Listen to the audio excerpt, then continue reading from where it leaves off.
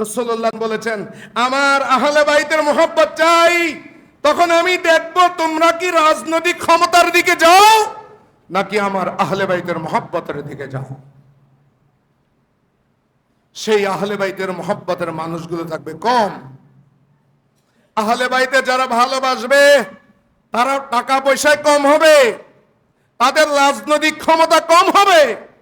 ইসলামের যারা আহলে বাইত, আহাল মানে হচ্ছে বাসিন্দা, বাইত মানে হচ্ছে ঘর, রাসূলুল্লাহর ঘরওয়ালা। এ রাসূলুল্লাহর ঘরওয়ালা যারা আছে তাদের মহব্বতের কথা, ভালোবাসা আল্লাহ কোরআনে কারীমের মধ্যে বর্ণনা করেছেন। হাদিসে পাকে অসংখ্য আহাদিস এসেছে হুব্বে আহলে বাইতের উপরে।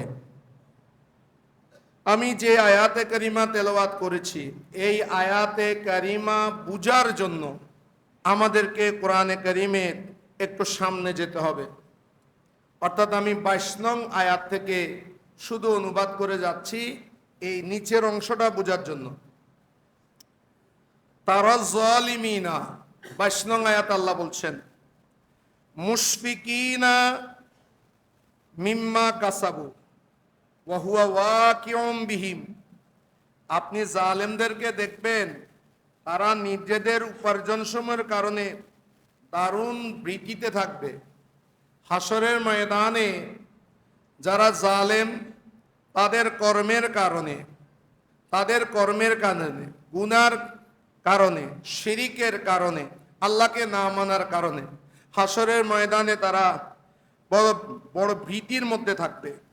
কিন্তু আরেকটা দল দেখব, ওয়াল্লাযীনা আমানু, যারা ঈমান আনয়ন করেছে এক, এরপরে ওয়ামিলুস সলিহাত, সৎকর্ম সম্পাদন করেছে আল্লাহ এবং তার রাসূলের পক্ষ থেকে যেই বিধান তাদেরকে দেওয়া হয়েছে সেই বিধান তারা যথাযথভাবে মেনেছে, কাজে বাস্তবায়ন করেছে। এই দুইটা কোয়ালিটি যাদের মধ্যে আছে তারা কোনো চিন্তার মধ্যে থাকবে না, পেরেশানির মধ্যে থাকবে না। তারা কোথায় থাকবে? ফি রাউদাতিল জান্নাহ, তারা রিয়াজুল জান্নার মধ্যে থাকবে। বলেন না সুবহানাল্লাহ। তারা রোজায়ে জান্নাতের মধ্যে থাকবে।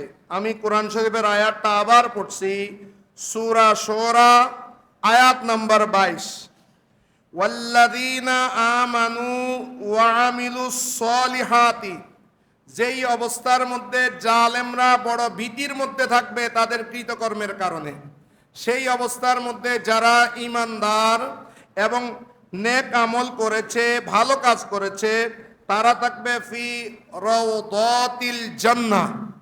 একটু সকলে বলুন তো, ফি, মুমিনরা কোথায় থাকবে? রওজার মধ্যে থাকবে। রওজা, তো রওজার বসন সে রওজাত, রওজাতুন শব্দের অর্থ হচ্ছে বাগান।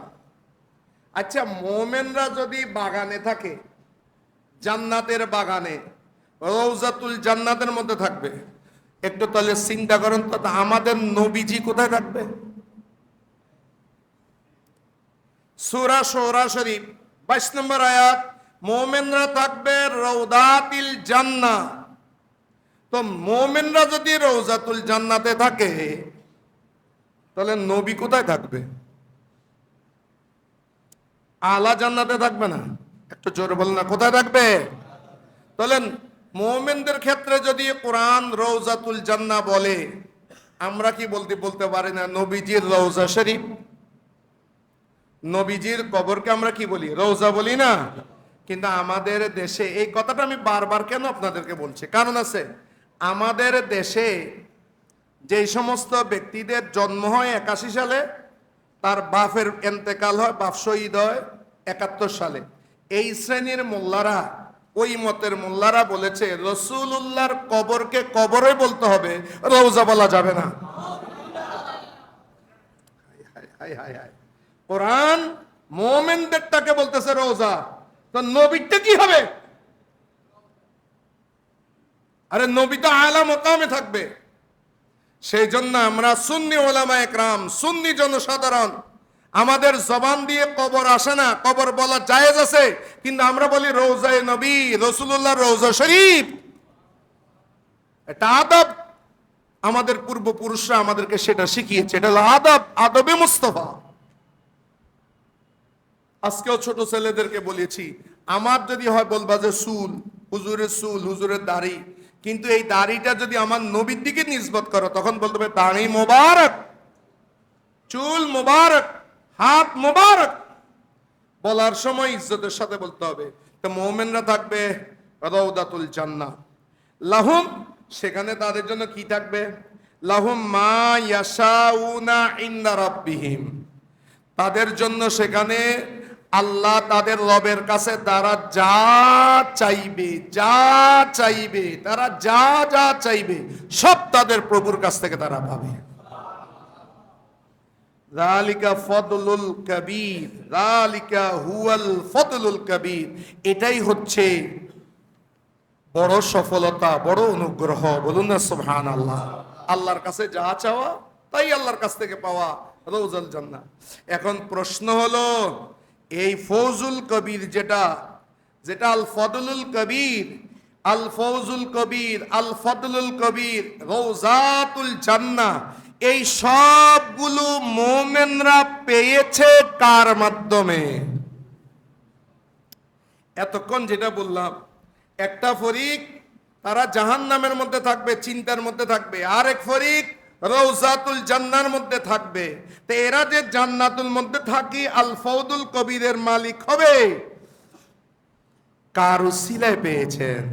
সবগুলো পেয়েছেন আমার নবীর উসিলায়। বলুন না সুবহানাল্লাহ। নবী তোমাকে জান্নাতের মালিক বানিয়ে দিয়েছে। জান্নাতের এক বিগত জায়গা, গোটা দুনিয়া, আসমান জমিন সবগুলোকে যদি এক পাল্লাতে রাখা হয়, জান্নাতের এক বিগত জায়গার পরিমাণ হবে না। এত দাম বেশি। আমাদের গ্রামে আমার কানি সম্পত্তি আছে, তা আমি এক কানি সম্পত্তি এখানে যদি আমি 10 কানিও বেশি, মোগলটলির এক কানির সমান হবে না, এটার দাম বেশি। আবার মোগলটলির মানুষ যদি এখানে সে যদি 5 গন্ডাও বিক্রি করে, এখানে 10 গন্ডাও বিক্রি করে, আগ্রাবাদের মেন সেন্টারের 1 গন্ডা পাবে না। আবার এখানে আগ্রাবাদের সম্পত্তিগুলো বিক্রি করার পরে আমেরিকার মেন টাউনের সেখানে 1 গন্ডা সম্পত্তি পাবে না। স্থান বুঝে জায়গার দাম হয়, তো জান্নাতের জায়গাটার দাম কত বেশি? জান্নাতের জায়গার দাম বেশি আছে, গোটা দুনিয়া বিক্রি করলেও জান্নাতের এক বিগতের মালিক হবে না। আর যে নবী মুস্তাফা হুজুর করিম সাল্লাল্লাহু আলাইহি সাল্লাম তোমাকে জান্নাতের মালিক বানিয়ে দিয়েছে, সেই নবীর অবদান তোমার উপরে কত বেশি? বলুন না সুবহানাল্লাহ। এটা এখন বুঝবেন। যালিকাল্লাযী, এটা এই জন্য যে ইউবাশশিরুল্লাহু ইবাদুহুল্লাযীনা আমানু ওয়া আমিলুস সলিহাত, আল্লাহর সেই সকল বান্দা যারা ঈমান এনেছে, সৎ কাজ করেছে, আল্লাহ সেই সমস্ত বান্দাদেরকে শুভ সংবাদ দিচ্ছেন। এখন ওই নবীর সাহাবীরা এটা শুনে খুশি হয়ে গেল। এখন সাহাবীরা একটা সলা পরামর্শ করলো, আমাদের নবী মক্কাতুল মুআজ্জামা 40 বছর আগেও কষ্ট পেয়েছেন।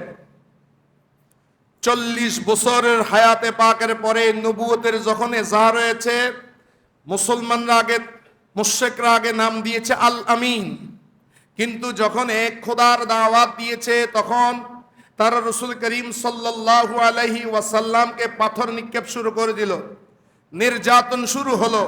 রাসূল করিম সাল্লাল্লাহু আলাইহি ওয়াসাল্লাম আল্লাহর নির্দেশে সাহাবায়ে কেরামকে নিয়ে হিজরত করলেন। হিজরত করে সাহাবায়ে কেরাম দেখতেছেন, হাদিসে পাকে আছে, আমরা আজও, আমি আসার সময় ঘরের মধ্যে পেট পুরে নাস্তা খেয়ে এসেছি। আলে মুহাম্মদ যারা রসুলের পরিবার, রসুলের ঘরওয়ালা, কোনোদিন পেট পুরে তারা জবের লুটিও খেতে পারেন নাই। কোনোদিন পেট পুরে এমন একটা দিন তাদের যায়নি যে পেট পুরে একটা রুটির জায়গায়, একটা শুকনা রুটির জায়গায় কয়েকটা রুটি দিয়ে গোস্ত দিয়ে খাবে, এমন একটা দিন রাসূলুল্লাহর পরিবারে যায়নি।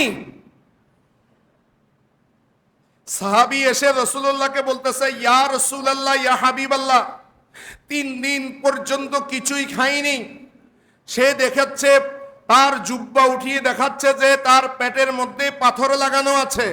তো রসুল করিম সাল্লাল্লাহু আলাইহি ওয়াসাল্লাম নিজের জুব্বা মুবারক উঠালেন, দেখলেন যে সবার পেটে একটা আর রাসূলুল্লাহর পেট মুবারকে দুইটা পাথর লাগানো আছে।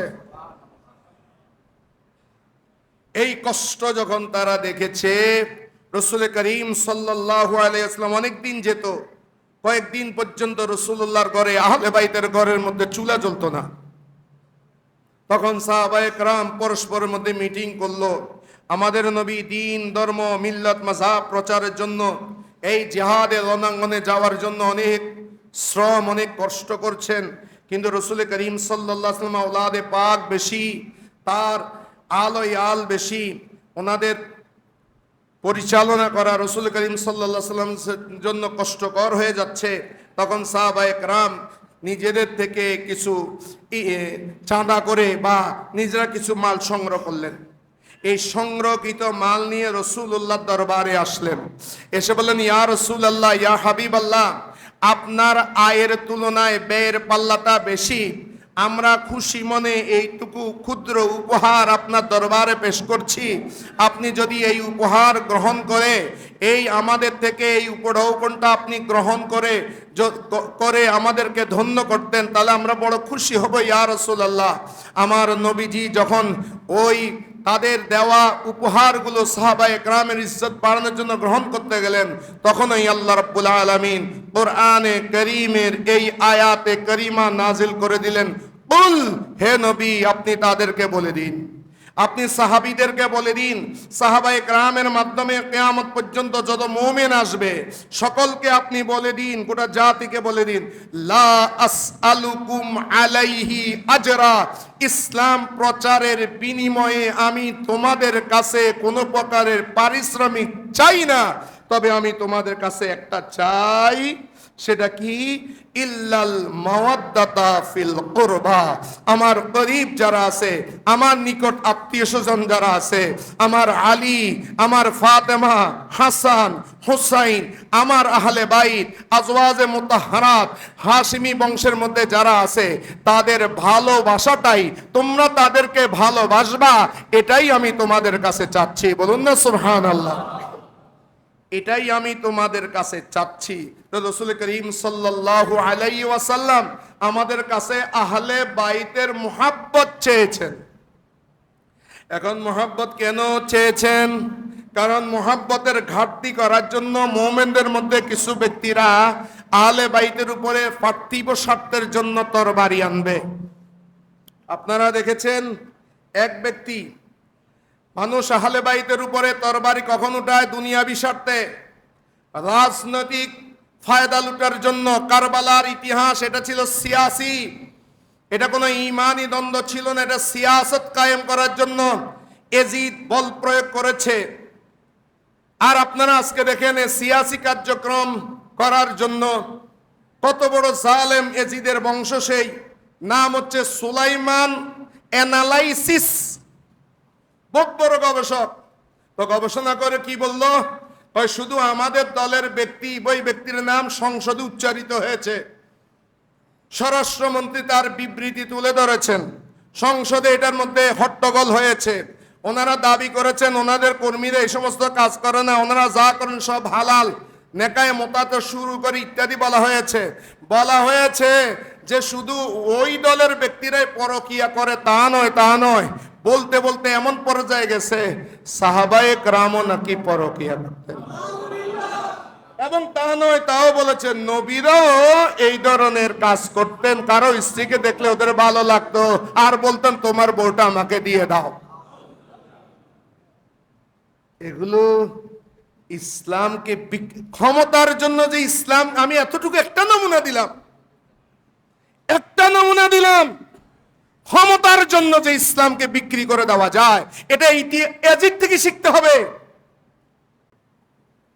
রাসূলুল্লাহ তখন বলেছেন, আমার আহলে বাইতের মুহাব্বত চাই, তখন আমি দেখব তোমরা কি রাজনৈতিক ক্ষমতার দিকে যাও নাকি আমার আহলে বাইতের মুহাব্বতের দিকে যাও।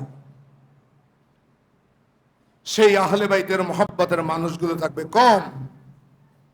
আহলে বাইতে যারা ভালোবাসবে তারা টাকা পয়সায় কম হবে, তাদের রাজনৈতিক ক্ষমতা কম হবে।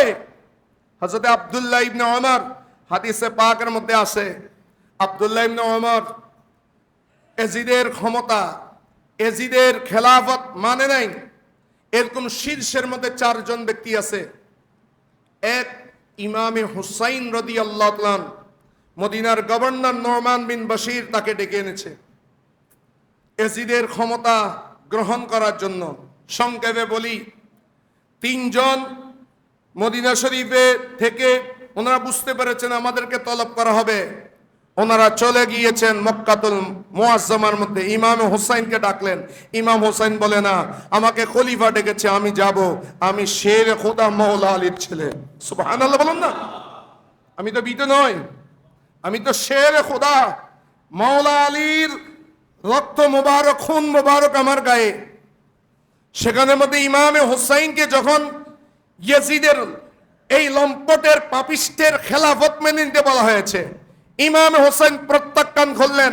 নোমান বিন বশির ইয়াজিদের পক্ষ থেকে, যদিও গভর্নর, কিন্তু আহলে বাইতকে ভালোবাসতেন, কিন্তু মারওয়ান ইশারা করতেছে নোমান বিন বশিরকে ইমাম হোসেনকে শহীদ করে দেওয়ার জন্য। বললেন নাউজুবিল্লাহ। ইমাম হোসেন শেরকিন মদিনায় পাক থেকে, রাসূল করিম সাল্লাল্লাহু আলাইহি সাল্লাম থেকে, যেই মদিনার মধ্যে উনি বড় হয়েছেন, রাসূল করিম সাল্লাল্লাহু আলাইহি সাল্লাম থেকে শেষ বিদায় নিয়ে মক্কাতুল মুকাররমাতে গিয়েছিলেন।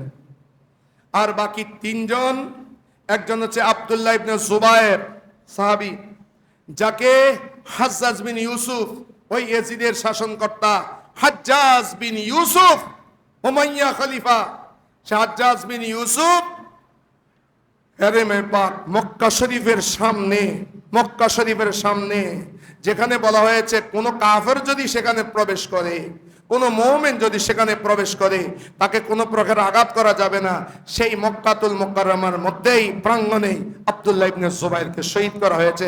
কারবালার ইতিহাসের পর, ওয়াকিয়ায়ে হাররার পর, আমি ওয়াকিয়ায়ে হাররা নিয়ে আপনাদেরকে আলোচনা করব। সেটা হয়েছে 63 হিজরিতে। ওয়াকিয়ায়ে হাররার পর আব্দুল্লাহ ইবনে জুবাইরকে শহীদ করা হয়েছে। এই হাজ্জাজ বিন ইউসুফ হযরত আব্দুল্লাহ ইবনে ওমর হজের মধ্যে যাওয়ার সময় 20 মিশক্ত তীর সেখানে বালুর ভিতরে ঢুকিয়ে দিয়েছিল। সেই বালুর মধ্যে আব্দুল্লাহ ইবনে ওমর, ওনার পা পড়েছে, সেখান থেকে উনি শহীদ হয়ে গেছেন। আব্দুল্লাহ ইবনে আব্বাস, উনি তায়েফে চলে গেছেন। এবারও আমি তায়েফে গিয়েছি, আব্দুল্লাহ ইবনে আব্বাস রাইসুল মুফাসসিরিন সেই মাজার শরীফ আমি জিয়ারত করেছি। তিনি হযরত সৈয়দনা জিবরিল আমিনকে 2 বার নিজ চোখে দেখেছেন।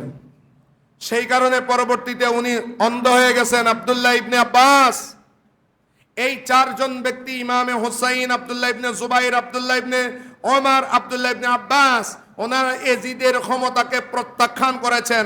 এজিদের উদ্দেশ্য ছিল এই 4 জন যদি আমাকে মেনে নেয় তো মুলকে হেজাজের মধ্যে সবাই আমাকে মেনে নেবে, কিন্তু এরা প্রত্যাখ্যান করেছেন। সেই ইমামে হুসাইন রাদিয়াল্লাহু তাআলা আনহুর তখন ছিল অনেক নামাজি বান্দা, তখন ছিল অনেক ফরহেজগার বান্দা, তখন ছিল। কিন্তু যখন ময়দানে কারবালার মধ্যে গিয়েছে, তখন এই আল্লাহর নবী কেন এই কথাটা বলেছেন এবং আল্লাহ কেন কোরআনে কারীমের এই আয়াত নাজিল করলেন, কুল্লা আসআলুকুম আলাইহি আজরা ইল্লাল মাওয়াদ্দাতা ফিল কুরবা, আমি একমাত্র কুরবা যারা, তাদের ভালোবাসাটা তোমাদের কাছে চাই। সেই ভালোবাসার প্রমাণ হয়েছে কারবালার জমিনের মধ্যে 72 জন শহীদ হয়েছেন। ইমামে হুসাইন 9 মুহররম রাতের মধ্যে ভাষণ দিয়েছেন, শুনো তোমরা আমার সাথে যারা এসেছো, এজিদের উদ্দেশ্য হচ্ছে আমাকে টার্গেট করেছে। আমি যদি তার হাতের মধ্যে হাত না রাখি তাহলে সে হয়তো আমাকে কতল করবে, আমাকে শহীদ করে দিবে। আমি শহীদের জন্য প্রস্তুত আছি, কিন্তু তোমাদের তো কোনো দোষ নাই, তোমাদেরকে আমি অনুমতি দিচ্ছি, তোমরা আমাকে ছেড়ে চলে যাও, নিজেদের জান বাঁচাও তোমরা। আর যদি আমার সামনে যেতে তোমাদের লজ্জা লাগে, তোমরা লজ্জার মধ্যে পড়ে যাও, রাতের অন্ধকারে আমাকে না দেখি আমি অনুমতি দিলাম, তোমরা চলে যাও। কিন্তু 72 জন মর্জে মুজাহিদ একজনও নড়ে নেই। তারা বলেছে আপনার কাছে তীর যাওয়ার আগে, সবার আগে আমরা তীর বুকের মধ্যে পেতে নেব। বলুন না সুবহানাল্লাহ। তারাই ভালোবাসার প্রমাণ দিয়েছে। এই আয়াতে কারিমার মধ্যে আল্লাহ রাব্বুল আলামিন সেটাই চেয়েছেন, ওয়ামাই ইয়াকতারিফ হাসানাতান ইয়াজিদিল্লাহু ফিহা হুসনা। ওয়ামাই ইয়াকতারিফ হাসানাতান, যে সৎ কাজ করবে, এখানে সৎ কাজ করবে মানে আহলে বাইতকে যে ভালোবাসবে। আহলে বাইতকে ভালোবাসা এটা ঈমানের অঙ্গ। আহলে বাইতকে যে ব্যক্তি ভালোবাসবে না তার ঈমান শুদ্ধ হবে না। আহলে বাইতকে যে ব্যক্তি ভালোবাসবে না তার নামাজ হবে না, তার রোজা হবে না, তার হজ যাকাত কিছুই হবে না, কিছুই হবে না। কারণ কি জানেন? ইমাম শাফির শের আমি পড়েছি শুরুতে, ইয়াকফিকুম মিন আযীমিল কদরে আন্নাকুম মান লাম ইউসাল্লি আলাইকুম লা সালাতা লাহু।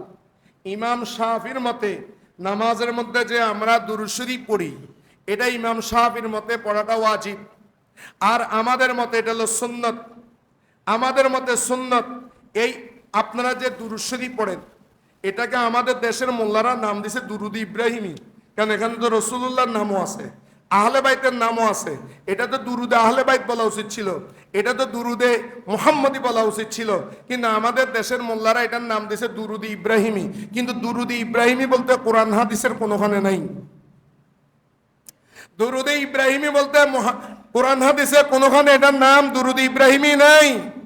এটার নাম বেশির থেকে বেশি দুরুদুস সালাহ। যেই দুরুদটা নামাজের মধ্যে পড়া হয়, সেই দুরুদের মধ্যে আপনারা কিভাবে পড়েন? আল্লাহুম্মা সাল্লি আলা মুহাম্মাদিন, তারপরে কি?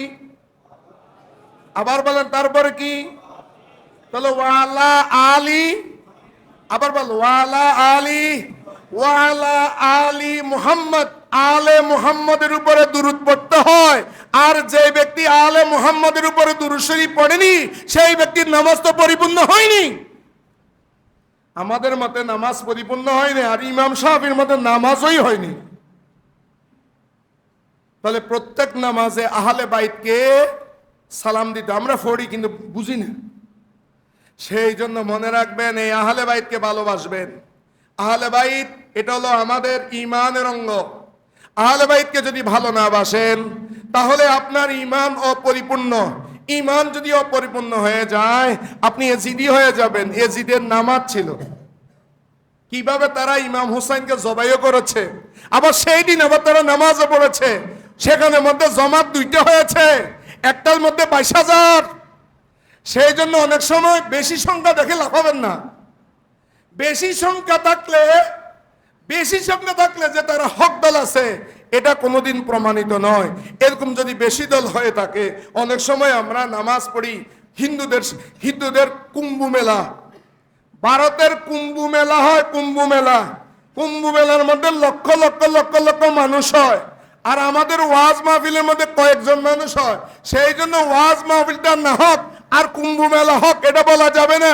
সংখ্যার আধিক্য দেখতে হবে না, আসলে আগে দেখবেন ঈমানটা কার মজবুত আছে। আগে ঈমান দেখবেন। হ্যাঁ, মানুষ বেশি দেখছেন এটা না, অনেক সময় না দেখছেন মানুষ অনেক বেশি হয়, অনেক বেশি হয়, কিন্তু তাদের কার্যকলাপ কি?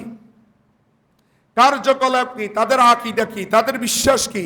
তাদের বিশ্বাস হলো এতদিন করে এই ইয়েজিদিরা ক্ষমতার লোভে কেউ বলে দেয় আমরা রাষ্ট্রীয়ভাবে শরিয়ান চাই না, ক্ষমতা চাই। আমাদের বেলা শেষ, বেলা ডুবে গেছে, ভাইয়েরা ভোট দেখবা না দেখ আমাদেরকে ক্ষমতা যেতে হবে। এই স্লোগান কি আপনারা শোনেন নাই? ক্ষমতা। তখনকার এজিদ সেরকম পাগল হয়ে গেছে। আল্লাহ রাব্বুল আলামিন বলেন, ওয়ামাই ইয়াকতারিফ হাসানাতান ইয়াজিদ লাহু ফিহা হুসনা। যেই ব্যক্তি আহলে বাইতের মহব্বত করবে, আমি আল্লাহ রাব্বুল আলামিন তার সৌন্দর্য আরো বাড়িয়ে দেব। সেই জন্য আহলে বাইতকে ভালোবাসবেন, আহলে বাইতকে মহব্বত করবেন। যোগে যোগে যারা আহলে বাইতকে মহব্বত করেছে। আহলে বাইত কারা? হযরত রাসূল খুদা সাল্লাল্লাহু আলাইহি ওয়াসাল্লাম মা আয়েশা সিদ্দিকা রাদিয়াল্লাহু তাআলা আনহা বলেন, একদিন আমার নবীজি কালো রঙের একটা চাদর পরে বেলেন, পুষ্পিকা পরা, ওয়া আলাইহি মিরাতুন মুরাহহালুন আসওয়াদা, কালো রঙের একটা কারুকার্য করা নকশা করা চাদর পরে আমার নবীজি বের হলেন। তখন ওই নবীজি বের হয়ে সকালবেলায় ফাদাখালাল হাসানা, ইমামে হাসানকে প্রবেশ করালেন। ফাদাখালা হুসাইন, ফাদাখালাত ফাতেমা ওয়া আলী, হযরতে মাওলা আলী, এই চারজনকে এখানে ঢুকালেন। ওই পর্দার মধ্যে ইমাম হযরতে মা আয়েশা সিদ্দিকা প্রবেশ করতে চাইলেন। আয়েশা, তোমার মকাম তোমার স্থানে, কিন্তু তুমি খাস ব্যক্তিদের মধ্যে ঢুকিও না। সুবহানাল্লাহ বলেন না। মা আয়েশার মকাম আছে ইসলামে, উনি আজওয়াজে মুতাহহারাত, উনিও আহলে বাইত, কিন্তু এই পাঁচজন হচ্ছে খাস। এই পাঁচজনকে একসাথে বলা হয় পাক পাঞ্জাতন। পাক পাঞ্জাতন, এই পাক পাঞ্জাতনের উসিলা নিয়ে দোয়া করলে দোয়া কবুল হয়ে যায়। আমরা দোয়া করি, করোনাকালীন সময়ের মধ্যে এক একজনে এক এক দোয়া শিখায়। আরে আমাদের দোয়া কি ছিল? আমাদের দোয়া ছিল লি খামসাতুন, আমার পাঁচজন সত্তা আছে।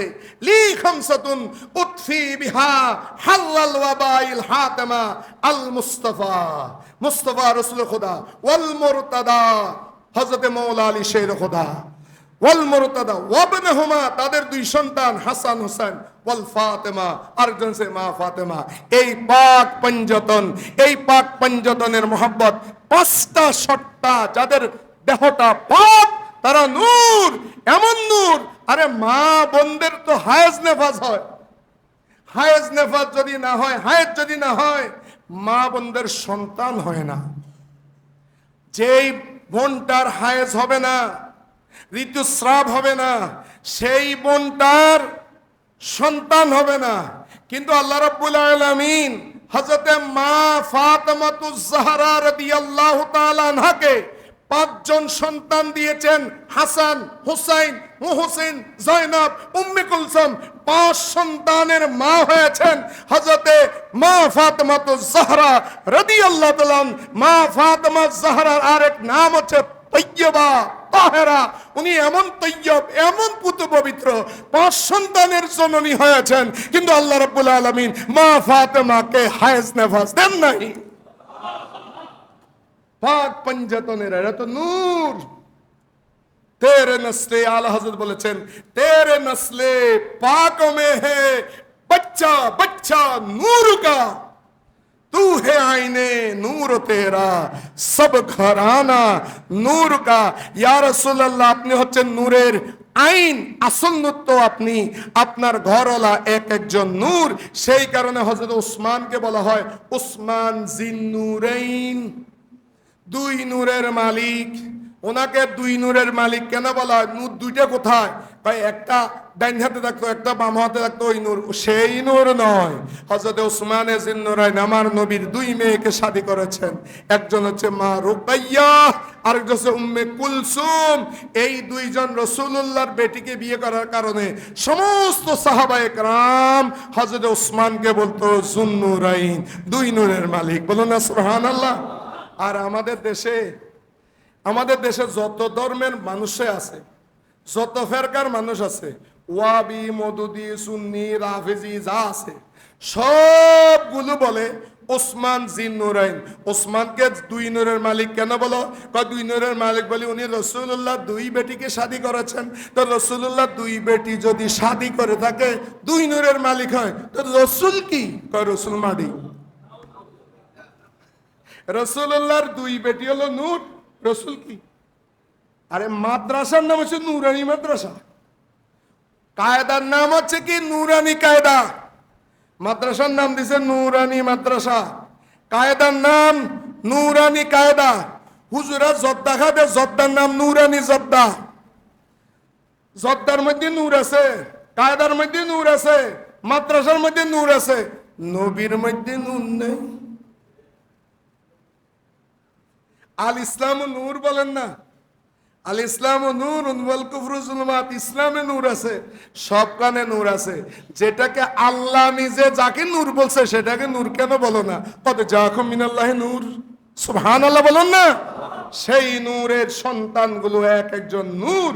নূর থেকে রক্ত কিভাবে আসে, সেইভাবে ফাতেমাতু জাহরাকে আল্লাহ সেই হায়েস থেকে বাঁচিয়েছেন। সেই জন্য ওনার এক নাম হচ্ছে তাহেরা। বলুন না সুবহানাল্লাহ।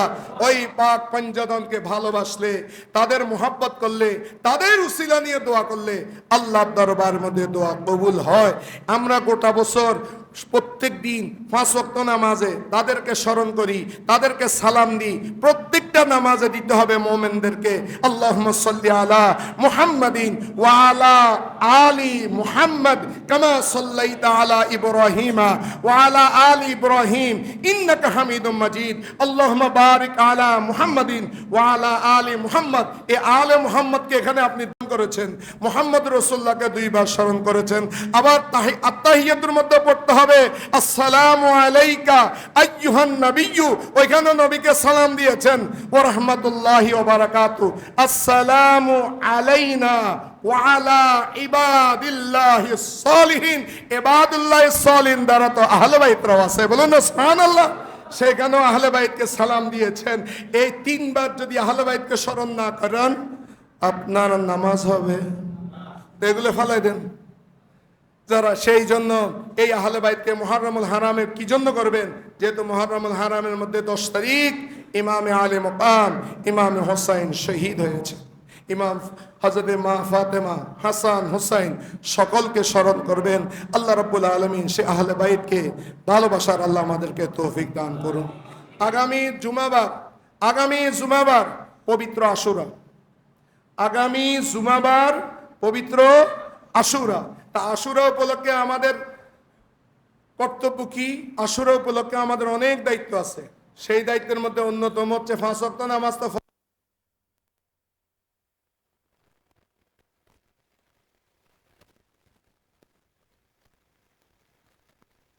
লা হাওলা ওয়ালা কুওয়াতা ইল্লা বিল্লাহিল আলিয়্যিল আযীম। এই কেউ যদি এই তসবিহটা একবার পড়ে তাহলে জান্নাতের মধ্যে তার জন্য একটা খেজুর গাছ হয়ে যায়। তো এখান থেকে সে দলিল বানায়, যদি আমি লা হাওলা ওয়ালা কুওয়াতা একবার পড়ি তাহলে তো জান্নাতে একটা খেজুর গাছ হবে, আর খেজুর গাছের মালিক আমি হয়ে যাব। অতএব নামাজ, রোজা, হজ, যাকাত এগুলো বলার আর কোনো দরকার। কত বড় বুদ্ধিমান! হুজুরে তো বলছে, এত বড়। আরে বেকুব, এগুলো হচ্ছে নফল। নফল কাকে বলে?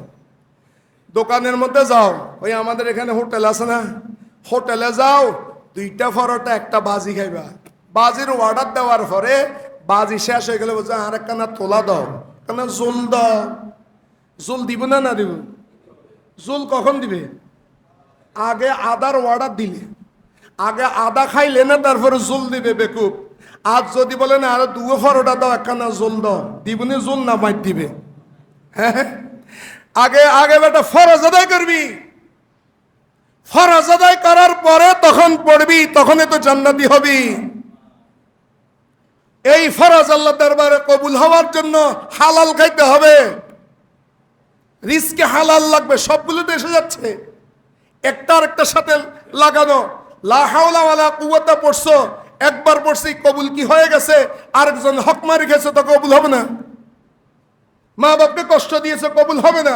কবুল তো তখন হবে তোমার ফরজগুলো আদায় করছো, হক হালাল খেয়েছো, তারপরে লা ইলাহা ইল্লাল্লাহ জপো, তাহলে তুমি জান্নাতি হয়ে গেছো। অনুরূপভাবে ফরজগুলো আদায় করার পরে মনে রাখবেন, রোজার মধ্যে সবচাইতে ফরজ রোজার ফজিলত সবচাইতে বেশি। এরপরে যদি কোনো রোজার সবচাইতে বেশি ফজিলত থাকে সেটা হলো আশুরার রোজা।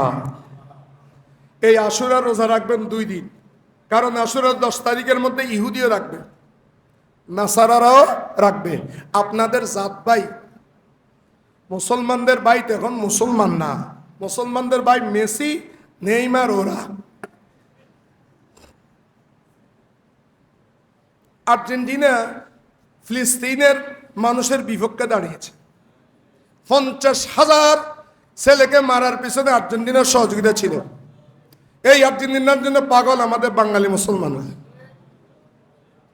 খোদার কসম, যে যাকে ভালোবাসে তার হাসর তার সাথে হবে। যারা আর্জেন্টিনাকে ভালোবাসে তাদের হাসর যেন মেসির সাথে হয়। যে সমকামী, একজন সমকামী অ্যাপোস্টেন, ওই নথির মধ্যে দেখবেন, সে একজন পাক্কা আত্মস্বীকৃত একজন সমকামী, তাকে আপনারা ভালোবাসেন। তাদের ভালোবাসায় বাংলাদেশ বিগলিত, কিন্তু এটা যে আহলে বাইতের মাস সেটা বাংলাদেশের খবরও নেই, সোহাদায়ে কারবালার খবরও নেই, আশুরার খবরও নেই। আর যারা নেইমারকে ভালোবাসেন, যারা বাচ্চা কাচ্চা সব বিয়ে করে, লিপ্টকতার করে, সম্মানিত করে, তাদের হাসর আল্লাহ তুমি তাদের হাসর তার সাথে করিও। আর আমাদের হাসর আমার নবীর সাথে, আমাদের হাসর সিদ্দিক আকবরের সাথে, ওমর বিন খাত্তাবের সাথে, উসমান জিন্নুরাইনের সাথে, হায়দারে কাররার মাওলা আলীর সাথে, হাসান হোসেনের সাথে, মা ফাতেমার সাথে আমাদের নারীদের সম্পর্ক থাকবে। শাহিন শাহ জিলান, হুজুর আব্দুল কাদের জিলানি, খাজা গরিব নওয়াজ, আল্লামা সৈয়দ মোহাম্মদ তৈয়ব শাহ, হযরত আহমদুল্লাহ মেজবান্ডারি, শাহে আমানত হযরত শাহ জালালের সাথে ইনশাআল্লাহ আমাদের হাসর হবে। বলুন না সুবহানাল্লাহ। আমরা ঘৃণা করি ওটা। গতকালকে এটা দেখছি, এই খেলাটা খুব চমৎকার হয়েছে, গোল দিয়েছে, এত খুব চমৎকার, সবগুলো গুনাহ গুনাহ গুনাহ গুনাহ গুনাহ, কবিরা গুনাহ কবিরা গুনাহ। কেউ যদি রাত্রেবেলা জেনা করি আসে বলে আমি জেনা করছি, এমন করছি অমন করছি, ওইটা শুনে যেমন গুনাহ এটাও গুনাহ। এগুলো তো ইহুদি নাসার একটা চাল, মুসলমানদের মধ্যে খেলা খুলতে মধ্যে রাখবে আর তারা মুসলমানদেরকে শেষ করে দিবে। মুসলমানরা সেখানের মধ্যে মগ্ন হয়ে যায়, ফজর নামাজে আসে না, কিন্তু 7টা বাজে খেলার জন্য ফজর নামাজের আগ থেকে বসে থাকে। কোনোদিন তাহাজ্জুদের জন্য উঠে না, কিন্তু খেলার জন্য উঠে গেছে। আল্লাহর কাছে কি জবাব দিবা, কি জবাব দিবা? কোনোদিন তো আহলে বাইতের সামনে একটা পতাকা উঠাতে দেখিনি। আমাদের অনেক ভাইয়েরা আছেন, মিলাদ কিয়াম করলে বেদাতের ফতোয়া আছে, শিরিকের ফতোয়া আছে, জুলুসের পতাকা দিলে বিভিন্ন শিরিক ফতোয়া আছে, কিন্তু যখন আর্জেন্টিনার পতাকা উঠে আমরা তোমাদের দলে আছি। আল্লাহ রাব্বুল আলামিন আমাদের সকলকে হেফাজত করুন। হৃদয়ের মধ্যে আহলে বাইতের ভালোবাসাটা লাগিয়ে ফেলেন, হৃদয়ের মধ্যে নবীর মুস্তফার ভালোবাসা দিন। এই ভালোবাসাটা থাকবে মুস্তফার জন্য, আহলে বাইতের জন্য, জানটা থাকবে আহলে বাইতের জন্য, অন্য কারোর জন্য নয়। আল্লাহ রাব্বুল আলামিন, আমাদের সম্বল কিছু নাই, এমন কোনো আমল আমরা করি নেই যে আমল দেখাতে পারবো কিয়ামতের ময়দানে তাইতে বলতে পারবো ইয়া আল্লাহ আমি হোসাইনকে ভালোবাসি। বলুন না সুবহানাল্লাহ। আল্লাহ আমাদেরকে সেই তৌফিক দান করুক। ওয়া আখিরু দাওয়ানা আনিল হামদুলিল্লাহি রাব্বিল আলামিন।